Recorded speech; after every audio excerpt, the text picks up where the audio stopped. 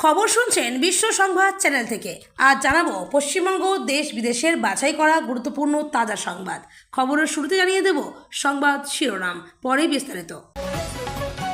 মমতা কি সত্যিই হেরেছেন? অখিলেশের পর জোট সঙ্গীর বিস্ফোরক মন্তব্যে অস্বস্তিতে তৃণমূল।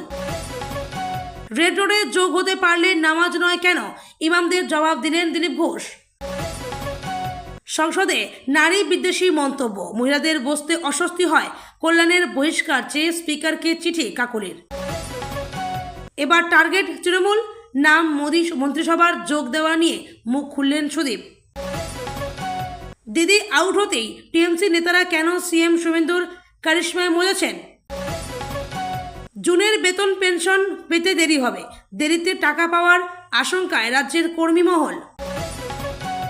ইরান ও আমেরিকার চুক্তিতে কি কি লাভ ভারতের, কোন কোন জিনিসের দাম কমতে পারে। না শোধরালে উল্টে টাঙানোর নিদান, স্বরাষ্ট্রমন্ত্রীর ভাষণেই শিলমোহর দিলীপের দাওয়াইয়ে। কি বললেন মন্ত্রী?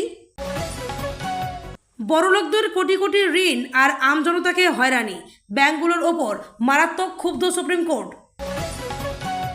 ফ্রি বিদ্যুৎ ও ৭৮,০০০ টাকা ভর্তুকি, পিএম সূর্য ঘর যোজনার আবেদন করবেন কিভাবে। উত্তরবঙ্গে বিদ্যুৎ নিয়ে বিরাট ঘোষণা মুখ্যমন্ত্রীর, কি বললেন দেখুন। ভবানীপুরের হার মানতে নারাজ মমতা, নির্বাচনের ফলাফল চ্যালেঞ্জ করে হাইকোর্টে মামলা। প্রেমিকের সঙ্গে মিলে হাসপাতালেই স্বামীকে খুন স্ত্রীর, প্রেম নয় আসল কারণ যা বেরিয়ে এলো, শিউরে উঠছে সকলে। অন্নপূর্ণা যোজনায় কাদের কাদের নাম ভেরিফাই হলো, জানিয়ে দিলেন শুভেন্দু অধিকারী। জনকল্যাণ শিবিরের নাম নথিভুক্ত শুরু, কিভাবে রেজিস্ট্রেশন করবেন জেনে নিন, শেষ তারিখ। বিশ্বাসঘাতকতার ফল পেলেন মমতা, তৃণমূলের ভরাডুবি নিয়ে বিস্ফোরক আসাদুদ্দিন ওয়েসি। মমতাকে দিদি বলে অখিলেশের বার্তা, উল্টো সুর সপা নেতা কিরণময়ের, অস্বস্তিতে তৃণমূল। বাংলার বাড়ি প্রকল্পে বড় নির্দেশ নবান্নের, ২ পর্যায়ের উপভোক্তা তালিকা পুনরায় যাচাই। মমতা ব্যানার্জির সম্মুখত নতুন প্রত্যাখ্যান, পশ্চিমবঙ্গত রাজনৈতিক সমীকরণ সননি হয়েছে। বাসে ট্রেনে সবুজ মটর কিনে খান, মটরশুঁটি নয় কিন্তু, ওগুলো আসলে কি জানলে শিউরে উঠবেন। আমি মমতা দিকে পায়ে বদলেছি পরিস্থিতি, প্রাক্তন মুখ্যমন্ত্রীকে নিয়ে কি বললেন সোনালী গুহ। কলকাতায় দ্বিতীয় বিমানবন্দর, মাত্র ৮ কিমি দূরে শুরু হয়ে গেল সার্ভে, চিঠি গেল দিল্লিতে। খান স্যারের সেন্টারে ভাঙচুরে অভিযুক্ত রওশন স্যারের ভাই প্রিন্সের মৃত্যু কিভাবে, ৩ ঘন্টায় কি হয়েছিল জানালেন বন্ধুরা। বিজেপিতে বড় রদবদল, রাজনাথের বাসভবনে গোপন বৈঠকের পর নড়ে চড়ে বসল শীর্ষ নেতৃত্ব। সৌরভের নামে ফেসবুকে কুৎসা করা, আইনি পদক্ষেপ নিলেন মহারাজ। বিদ্রোহী সাংসদদের আবেদনে স্পিকারের তলব অভিষেককে, তখন জেরা চলছিল তৃণমূল সাংসদের। রাহুলের ওপর চটলেন জোট সঙ্গী, বিশ্বাসঘাতক তকমা দিয়ে তীব্র আক্রমণ ডিএমকে। বিশ্বমঞ্চে মোদির রেকর্ড, G7 সম্মেলনে যোগ দিতে ফ্রান্সের প্রধানমন্ত্রী, নজরে ট্রাম্পের সাথে হাই ভোল্টেজ বৈঠক। জনকল্যাণ শিবিরে প্রকাশ্য বিজেপির তুমুল কোন্দল, চরম অপমানে স্থান ছাড়লেন জেলা কমিটির সদস্য। ফের কলকাতা হাইকোর্টে মমতা বন্দ্যোপাধ্যায়, ভোটে ভবানীপুরের ফলাফলকে চ্যালেঞ্জ। এতক্ষণ শুনছিলেন সংবাদ শিরোনাম, এখন আসছে বিস্তারিত খবরে। বিধানসভা নির্বাচনে পরাজয় এবং রাজ্যে ক্ষমতার পালাবদলের পর থেকেই সর্বভারতীয় রাজনীতিতে তৃণমূল কংগ্রেসের প্রাসঙ্গিকতা নিয়ে শুরু হয়েছে নতুন সমীকরণ। দীর্ঘ ১৫ বছরের শাসক দলের এই ক্ষমতাচ্যুতি কেবল রাজ্যের রাজনীতিতেই নয়, জাতীয় বিরোধী জোটের ভবিষ্যতেও বড় প্রশ্নচিহ্ন এঁকে দিয়েছি। এই আবহে সবচেয়ে চমকপ্রদ মোড় নিল সমাজবাদী পার্টির অবস্থান। কিছুদিন আগেই কালীঘাটে গিয়ে মমতা বন্দ্যোপাধ্যায়কে অখিলেশ যাদব সান্ত্বনা দিয়ে বলেছিলেন, আপনি হারেননি। কিন্তু সেই রেশ কাটতে না কাটতেই সোমবার একেবারে উল্টো সুর শোনা গেল সপার শীর্ষ নেতা কিরণময় নন্দের গলায়। সোমবার সংবাদ মাধ্যমের মুখোমুখি হয়ে প্রাক্তন মৎস্যমন্ত্রী কিরণময় নন্দ রাজ্যের প্রাক্তন শাসক দল ও তৃণমূল নেত্রীর বিরুদ্ধে রীতিমতো তোপ দাগেন। অখিলেশের সৌজন্যমূলক মন্তব্যের সম্পূর্ণ বিপরীতে দাঁড়িয়ে তিনি বলেন, সবচেয়ে বড় ভুল হলো যেখানে বলা হচ্ছে আমি হারিনি। হার স্বীকার করতে না পারাটা গণতান্ত্রিক প্রক্রিয়ায় অদ্ভুত অস্বস্তি তৈরি করে। মানুষের রায়কে অস্বীকার করার মধ্যে কোনো রাজনৈতিক দূরদর্শিতা থাকতে পারে না। এখানেই থেমে থাকেননি তিনি। প্রাক্তন মুখ্যমন্ত্রীর ব্যক্তিগত পরাজয় নিয়ে কটাক্ষ করে তিনি ব্যর্থহীন ভাষায় বলেন, মমতা দুবারই হেরেছেন। নন্দীগ্রাম এবং ভবানীপুরের নির্বাচনী বিপর্যয়ের প্রসঙ্গ টেনে তিনি প্রমাণ করার চেষ্টা করেন বাস্তবতা থেকে চোখ ফেরানোর কোনো উপায় নেই। রাজনৈতিক বিশ্লেষকদের মতে একজন জোটসঙ্গী দলের নেতার মুখ থেকে এহানো সরাসরি আক্রমণ প্রমাণ করে যে সর্বভারতীয় প্রেক্ষাপটে তৃণমূলের রাজনৈতিক ওজন এখন তলানিতে। সমাজবাদী পার্টি এখন আর তৃণমূলের মতো পড়তি শক্তির সঙ্গে এক আসনে বসতে স্বচ্ছন্দ নয়। জাতীয় স্তরের বিরোধী জোট ইন্ডিয়া নিয়েও চরম হতাশা প্রকাশ করেছেন কিরণময়। তার কথায় আজ যারা বিরোধী জোটের কথা বলছে তারা নিজেরাই এ রাজ্যে কংগ্রেস ও বামেদের বিধায়ক ভাঙিয়ে দল শক্তিশালী করেছিল। একে তিনি সোনার পাথরবাটির সাথে তুলনা করেছেন। রাজনৈতিক কৌশলবিদদের একাংশের মতে সমাজবাদী পার্টির এই অবস্থানের নেপথ্যে রয়েছে সুদূর প্রসারী লক্ষ্য। উত্তরপ্রদেশের মতো বড় রাজ্যে নিজেদের জমি শক্ত করতে সপা এখন তৃণমূলের মতো বিতর্কিত ও ক্ষমতাচ্যুত দলের সঙ্গ ত্যাগ করতে চাইছে। অখিলেশ যাদব প্রকাশ্যে সৌজন্য বজায় রাখলেও কিরণময় নন্দকে দিয়ে এই বার্তা দেওয়ানোর অর্থ জাতীয় রাজনীতিতে তৃণমূলের ওপর থেকে ধীরে ধীরে সমর্থন সরিয়ে নেওয়া। সব মিলিয়ে এই ঘটনা স্পষ্ট করেছে যে ক্ষমতা হারানোর পাশাপাশি মমতা বন্দ্যোপাধ্যায়ের সর্বভারতীয় বন্ধুবৃত্ত এখন প্রবলভাবে সংকুচিত হয়ে আসছে। আন্তর্জাতিক যোগ দিবস উপলক্ষে রেড রোডে আয়োজিত হতে চলেছে বিশেষ কর্মসূচি, যেখানে উপস্থিত থাকবেন স্বয়ং প্রধানমন্ত্রী নরেন্দ্র মোদী। এই অনুষ্ঠানকে কেন্দ্র করে ইতিমধ্যেই রেড রোডে মঞ্চ বাঁধার কাজ শুরু হয়েছে। তবে অনুষ্ঠানের জন্য দীর্ঘ 7 দিন রেড রোড বন্ধ রাখার সিদ্ধান্ত নিয়ে দানা বেঁধেছে রাজনৈতিক ও ধর্মীয় বিতর্ক। বিশেষ করে সংখ্যালঘু ধর্মের ইমাম ও মৌলানাবাদের একাংশ এই অনুষ্ঠানের জায়গা নির্বাচন নিয়ে প্রশ্ন তুলেছেন। বিতর্কের সূত্রপাত কোথায়? প্রশ্ন উঠছে রেড রোডে নামাজ পড়ার অনুমতি নিয়ে। অতীতে যেখানে বিতর্ক হয়েছে সেখানে যোগ দিবসের অনুষ্ঠানের জন্য কেন জায়গা দেওয়া হচ্ছে, এই ইস্যুতে মঙ্গলবার কড়া ভাষায় জবাব দিয়েছেন রাজ্যের পঞ্চায়েত ও কৃষি বিপণন মন্ত্রী দিলীপ ঘোষ। কি বললেন দিলীপ ঘোষ? সংখ্যালঘু ধর্মগুরুদের নিশানা করে দিলীপ ঘোষ বলেন, আগে যখন 107 বছর ধরে রেড রোডে নামাজ পড়া হতো তখন কি কোনো সংখ্যালঘু নেতা প্রশ্ন তুলেছিলেন যে এত মসজিদ থাকতে কেন রেড রোড বেছে নেওয়া হচ্ছে? যোগ দিবসের জন্য রেড রোড বেছে নেওয়ার যুক্তি হিসেবে তিনি নিরাপত্তার বিষয়টি সামনে এনেছেন। মন্ত্রীর কথায়, প্রধানমন্ত্রীর অনুষ্ঠান সবসময় এমনভাবে হওয়া উচিত যাতে সাধারণ মানুষের অসুবিধা না হয়। যে কোনো জায়গায় অনুষ্ঠান হলেও নিরাপত্তার খাতিরে পুলিশকে চারপাশ বন্ধ রাখতেই হতো। রেড রোডে মানুষের আনাগোনা তুলনামূলক কম, তাই নিরাপত্তা প্রোটোকলের খাতিরেই এই স্থানটি নির্বাচন করা হয়েছে। নিরাপত্তার কড়াকড়ি ও ট্রাফিক নির্দেশিকা, প্রধানমন্ত্রীর সফরকে ঘিরে শহর জুড়ে নিরাপত্তার বজ্র আটুনি বসিয়েছে কলকাতা পুলিশ। বিজ্ঞপ্তি অনুযায়ী 14 জুন রাত 10টা থেকে 21 জুন পর্যন্ত সব ধরনের যান চলাচল সম্পূর্ণ বন্ধ থাকবে। পণ্যবাহী গাড়ি 21 জুন রাত 2টো থেকে অনুষ্ঠান শেষ না হওয়া পর্যন্ত শহরের বিভিন্ন গুরুত্বপূর্ণ রুটে পণ্যবাহী গাড়ি চলাচল নিষিদ্ধ করা হয়েছে। AJC Bose Road, Saint George's Gate Road, Strand Road, Jawaharlal Nehru Road সহ সংলগ্ন বেশ কিছু রাস্তা ও গুরুত্বপূর্ণ মোড় নিরাপত্তার স্বার্থেই বন্ধ রাখা হবে। এছাড়া হসপিটাল রোড, কুইন্সওয়ে, মেয়র রোড ও ক্যাজুয়ারিনা অ্যাভিনিউতেও যান চলাচল নিয়ন্ত্রণ করা হয়েছে। যোগ দিবসের এই অনুষ্ঠান ঘিরে যেমন রাজনৈতিক উত্তাপ বাড়ছে, তেমনই ট্রাফিক বিধিনিষেধের ফলে সাধারণ মানুষের ভোগান্তি বাড়বে কিনা সে নিয়েও তৈরি হয়েছে আশঙ্কা। যদিও প্রশাসন জানিয়েছে নিরাপত্তার স্বার্থে এই কড়াকড়ি একান্তই জরুরি।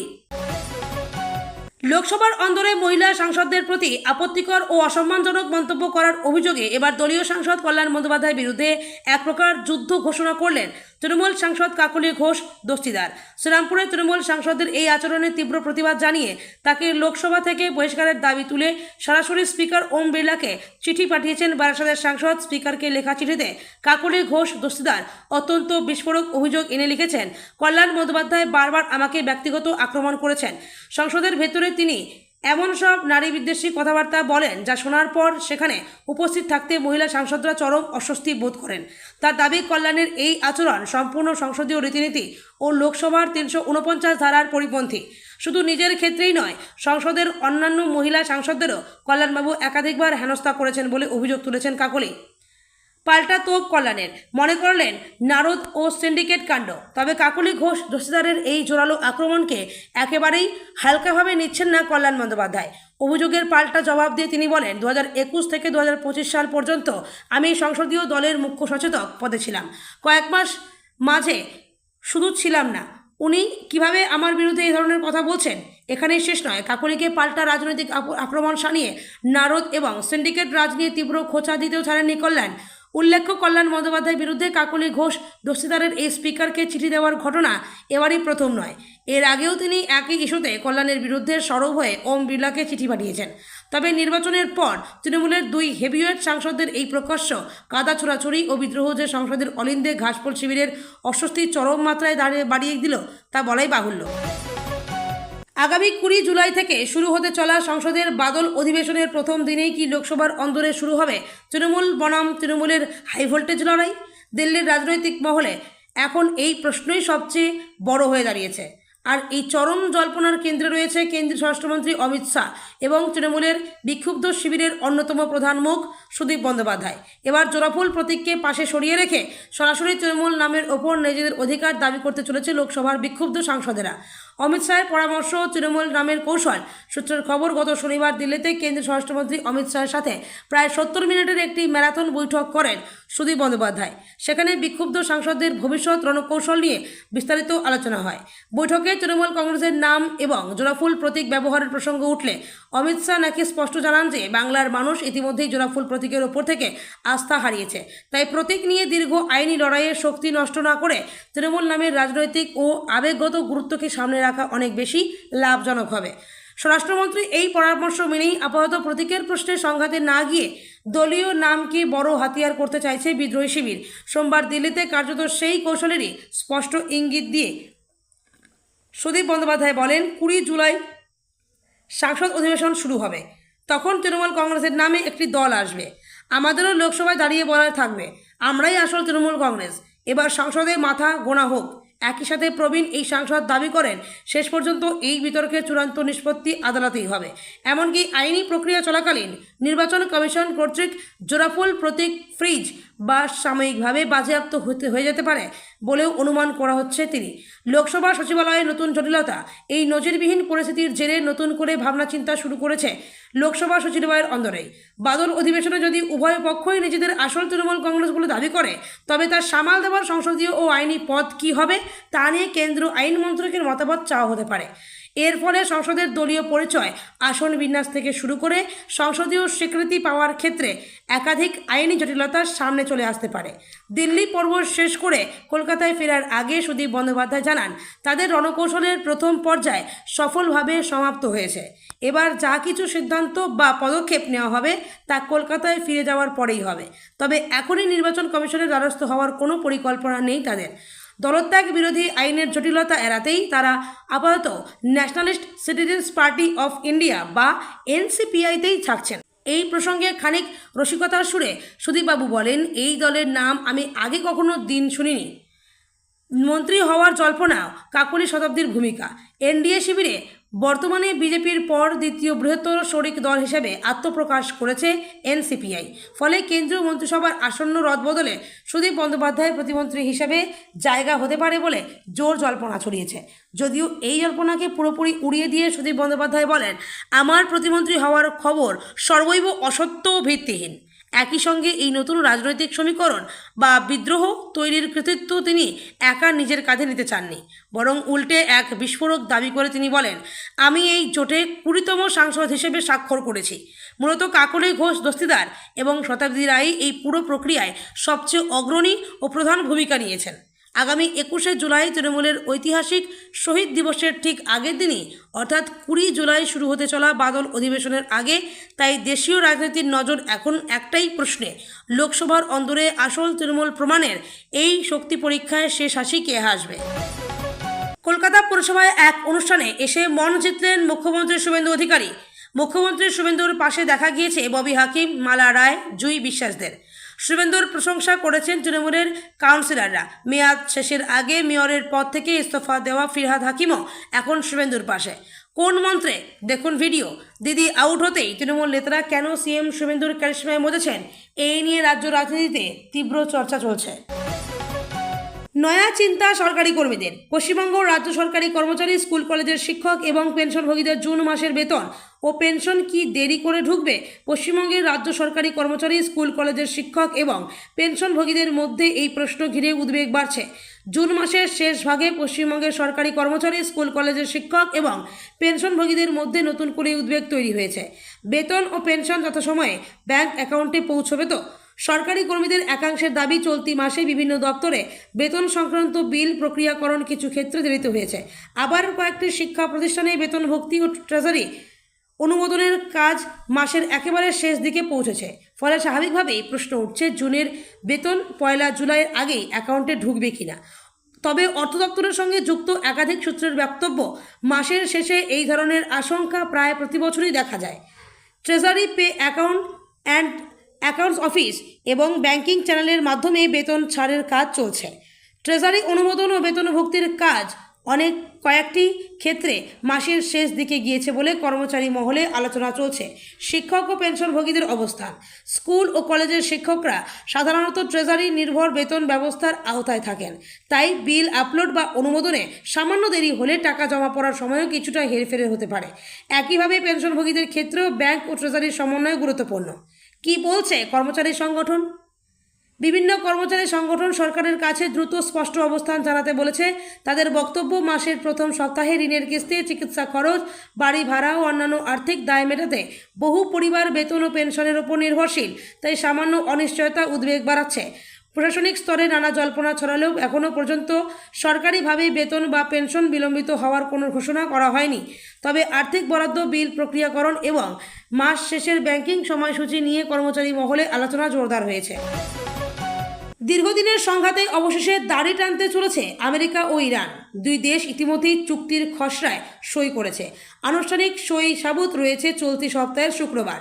চুক্তি চূড়ান্ত হওয়ার খবর সামনে আসতেই আন্তর্জাতিক বাজার ফের চাঙ্গা হতে শুরু করেছে।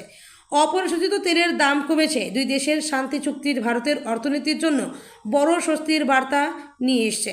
বিশেষজ্ঞদের মতে এই চুক্তির কার্যকর হলে জ্বালানির খরচ কমবে, আন্তর্জাতিক বাণিজ্য আরও সহজ হবে এবং পশ্চিম এশিয়ার দেশগুলির সঙ্গে ভারতের রপ্তানি বৃদ্ধি পাবে। একই সঙ্গে মূল্যবৃদ্ধির আশঙ্কাও কমতে পারে। আগামী 19 জুন সুইজারল্যান্ডের জেনেভায় এই শান্তি চুক্তিতে আনুষ্ঠানিক সই সাবুত হওয়ার কথা রয়েছে। প্রায় 107 দিন ধরে চলা আমেরিকা ইরান সংঘাতের জেরে আন্তর্জাতিক জ্বালানি সরবরাহ ব্যবস্থাতেও প্রভাব পড়েছে। হরমুজ প্রণালী বন্ধ থাকায় জ্বালানি ঘাটতির পরিস্থিতি তৈরি হয়। গ্যাসের দাম বেড়েছে পেট্রোল ডিজেলের দামও। কেন্দ্রের তরফে ডিজিটাল সিলিন্ডার ডেলিভারিতেও নিয়ন্ত্রণ আনা হয়। তবে পশ্চিম এশিয়ার আকাশে যুদ্ধের মেঘ কেটে গিয়েছে। হরমুজ ও 1 সপ্তাহে সম্পূর্ণ খুলে যাবে। দুই দেশের চুক্তির ফলে ভারত কী কী সুবিধা পেতে পারে দেখে নেওয়া যাক। তেল ও গ্যাসের দাম কমতে পারে।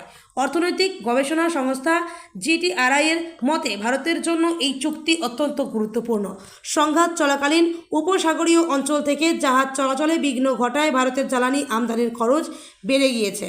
ফলে মূল্যবৃদ্ধির চাপ বাড়ে, টাকার উপর চাপ তৈরি হয় এবং বিকল্প উৎস খুঁজতে বাধ্য হয় তেল সংশোধনাগারগুলি। সেক্ষেত্রে হরমুজ প্রণালী সম্পূর্ণভাবে খুলে গেলে আন্তর্জাতিক জ্বালানির বাজার স্থিতিশীল হবে।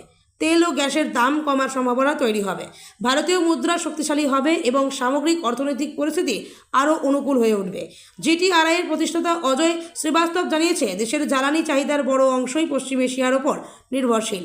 ভারতের মোট অপরিশোধিত তেল আমদানির প্রায় 50%, LPG সরবরাহের প্রায় 70% এবং LNG আমদানির প্রায় 90% পশ্চিম এশিয়া থেকে আসে। সেক্ষেত্রে এই চুক্তি ভারতের জন্য অর্থনৈতিক স্বস্তি দিতে পারে। বাণিজ্য দপ্তরের সচিব রাজেশ আগরওয়াল জানিয়েছেন, শান্তি চুক্তি দীর্ঘস্থায়ী হলে আন্তর্জাতিক বাণিজ্যের ক্ষেত্রে একাধিক বাধা দূর হবে। উপসাগরীয় দেশগুলোর সঙ্গে ভারতের বাণিজ্য বাড়বে। গ্লাফ কোঅপারেশন কাউন্সিল বা GCC দেশগুলিতে ভারতের প্রধান রপ্তানি পণ্যের মধ্যে রয়েছে বিভিন্ন খাদ্যশস্য, পরিশোধিত পেট্রোলিয়াম পণ্য, চাল, মাংস, সামুদ্রিক পণ্য, রত্ন ও গয়না, রাসায়নিক দ্রব্য, ওষুধ, বস্ত্র এবং যন্ত্রপাতি।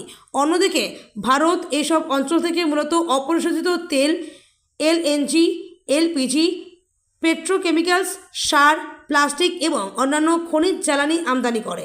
তেলের দাম কমছে, শক্তিশালী হচ্ছে টাকা। আমেরিকা ইরান শান্তি চুক্তির ঘোষণায় তারপর আন্তর্জাতিক বাজারে ইতিবাচক প্রভাব পড়তে পারে শুরু করেছে। অপরিশোধিত তেলের দাম উল্লেখযোগ্যভাবে কমেছে। শেয়ার বাজারও চাঙ্গা হয়েছে। ভারতীয় মুদ্রাও শক্তিশালী হয়েছে। 15 জুন অপরিশোধিত তেলের দাম প্রায় 50% কমে ব্যারেল প্রতি প্রায় $83 থেকে $84 নেমে এসছে। যা প্রায় প্রতি 3 মাসের মধ্যে সর্বনিম্ন। তেলের দাম কমায় ভারতের আমদানি ব্যয়ের ওপর চাপ কমেছে, ফলে মার্কিন ডলারের তুলনায় শক্তিশালী হচ্ছে ভারতীয় মুদ্রা।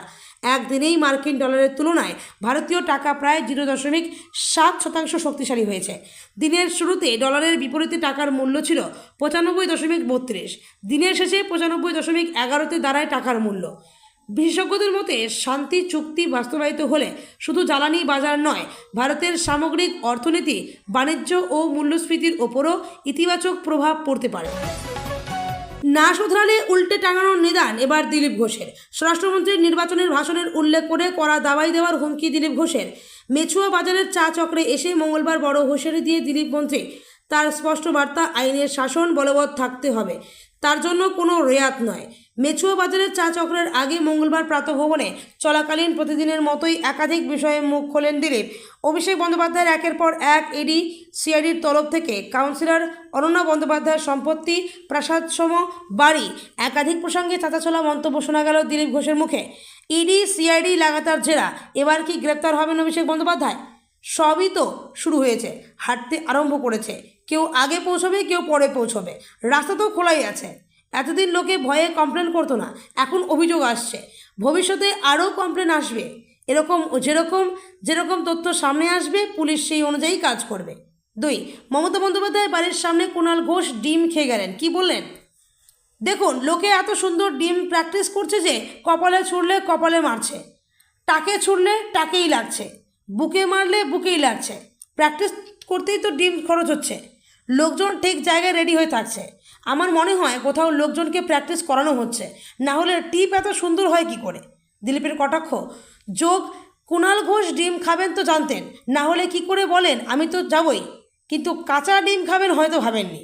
আরেকজন সাংসদ তো বিদেশ থেকে হুমকি দিচ্ছেন, ডিম মারলে কেস করব।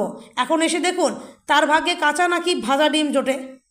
ওয়ার্ড অফিসগুলিতে বিনোদনের আসর, অভিযোগ উঠছে একাধিক জায়গায়, কি বলবেন? উত্তর, পার্টি অফিস থেকে আরম্ভ করে বিশ্ববিদ্যালয়ে সব মধুচক্র হয়ে গেছে। পার্টি অফিস করা হচ্ছে পয়সা তোলা আর ফুর্তি করার জন্য। এটা আমরা শাহজাহানের ওখানে দেখেছিলাম। সরকারি জেটিঘাটে অফিস নিয়ে তোলা এবং এসব কীর্তি চলতো। বিশ্ববিদ্যালয়ে সেখানেও সুরিখানার থেকেও খারাপ কাজ হতো। দিলীপের নিশানা